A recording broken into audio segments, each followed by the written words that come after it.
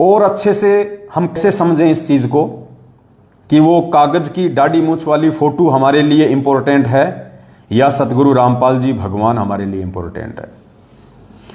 पुण्यात्माओं,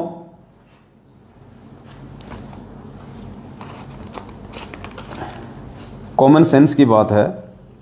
दास आपको जो बताने जा रहा है उसको थोड़ा सा ध्यान से सुनिएगा आप लोग।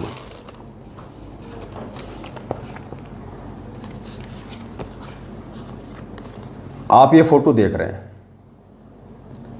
ये फोटो हमारे पूज्य गुरुदेव सतगुरु रामपाल जी भगवान की है। देखिए पुण्यात्माओं, आपको फोटो का महत्व समझ में आएगा कि हमने क्या करना है। वो कागज वाली दाढ़ी मूंछ वाली फोटो हमारे लिए कितनी महत्व रखती है और कितनी महत्व नहीं रखती है, ये चीज हमें समझ में आएंगी। आज वर्तमान में भी हम सबको पता है कि पृथ्वी पे सतगुरु रामपाल जी भगवान जिंदा कबीर है, हमारे पूज्य गुरुदेव भगवान है। अब एक तरफ तो वर्तमान में हमारे गुरुजी की ये फोटो है और दूसरी तरफ मान लीजिए साक्षात हमारे सतगुरुदेव जी खड़े हैं।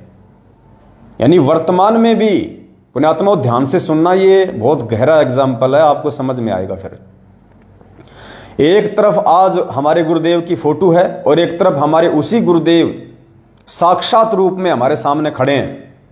सामने खड़े हैं गुरुजी, एक तरफ तो साक्षात हमारे पूज्य गुरुदेव सतगुरु रामपाल जी भगवान खड़े हैं और जस्ट उनके बराबर में उसी साइज की उनकी एक ऐसी फोटो निकाल के खड़ी कर दी जाए, पोस्टर बना के।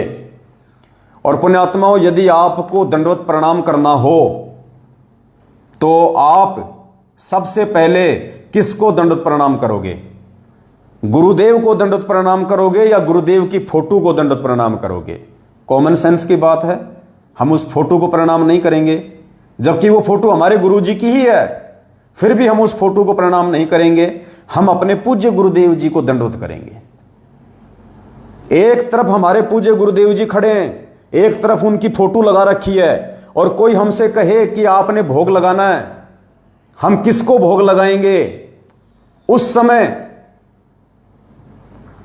फोटो को कोई भोग नहीं लगाएगा, जबकि गुरुजी की फोटो है।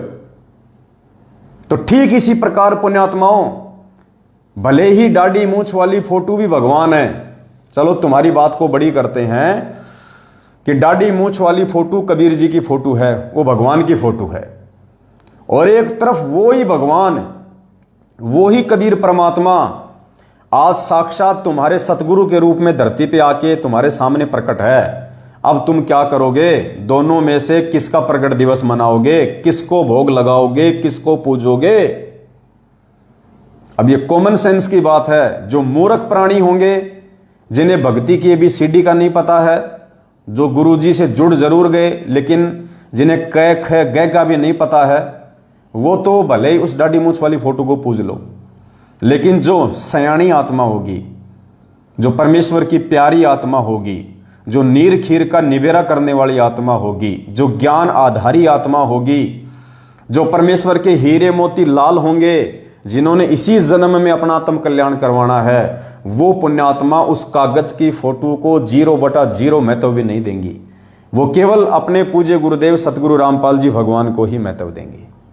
उन्हीं का प्रकट दिवस मनाएंगी, उन्हीं को भोग लगाएंगी, उन्हीं की स्तुति गाएंगी, उन्हीं की महिमा गाएंगी, उन्हीं के गुणगान गाएंगी, उन्हीं को अपने सीने से लगा के रखेंगी, उन्हीं का एकमात्र फोटो अपने घर में रखेंगी, उन्हीं का एकमात्र फोटो अपने घर के दरबार में रखेंगी। क्योंकि परमात्मा ने हमें स्पष्ट रूप से समझा दिया है कि जब तक हम अपने वक्त गुरु को परमात्मा नहीं मानेंगे, तब तक हम यहां से पार नहीं हो सकते। देखो पुण्यात्माओं, आत्मा अगर एक है तो उसके 2 पति नहीं हो सकते। आत्मा अगर एक है तो उसके पति 2 नहीं हो सकते। अगर किसी औरत के 2 पति हैं तो वो व्यभिचारिणी औरत है, व्यभिचारिणी वेश्या, और ऐसी औरत का कहीं ठिकाना नहीं होता। और आत्मा यदि एक है तो उसका परमात्मा भी एक ही होगा, एक ही होगा। तो हमारा वो असली परमात्मा, असली पति परमेश्वर सतगुरु रामपाल जी भगवान है। एक आत्मा के दो पति नहीं हो सकते। परमात्मा ने स्पष्ट रूप से कह रखा है कि गुरु गोविंद दो नहीं भाई, और जो दो समझेगा वो दो जग में जाई। यानी गुरु और भगवान दो नहीं होते।